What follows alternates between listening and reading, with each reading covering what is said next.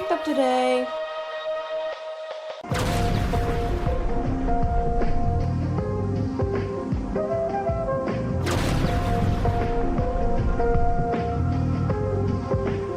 Regional conditions. Hey guys, it's SPC Lafayette 8075 here. Y'all wanted a tutorial on how I did that birthday warning thing. So I will teach you how to do that. Okay. So in your Alertbooks EAR10, you first want to go to Add Alerts. Right here.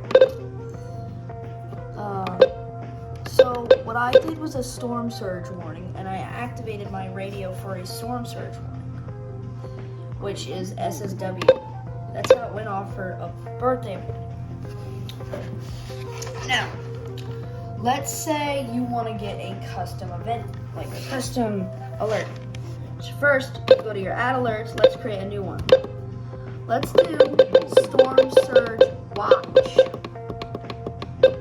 Sorry, my thing is having so many issues right now. Actually, unbelievable how bad it's getting.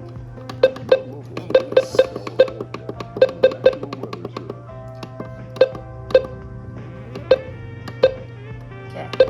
Okay. When you find the event code, now when you activate Storm Surge Watch, it will come up as unrecognized watch because this radio does not have newer event codes.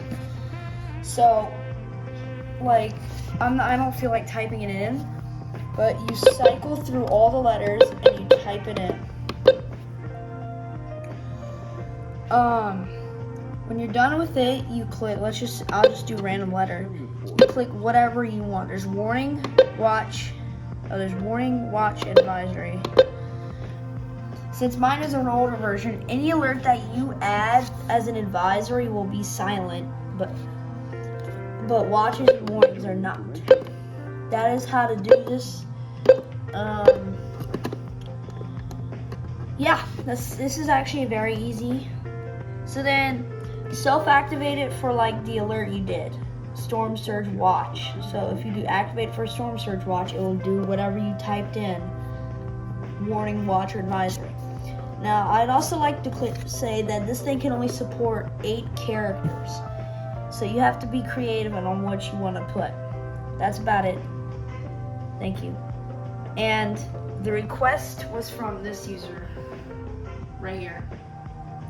Thank you for watching. Peace.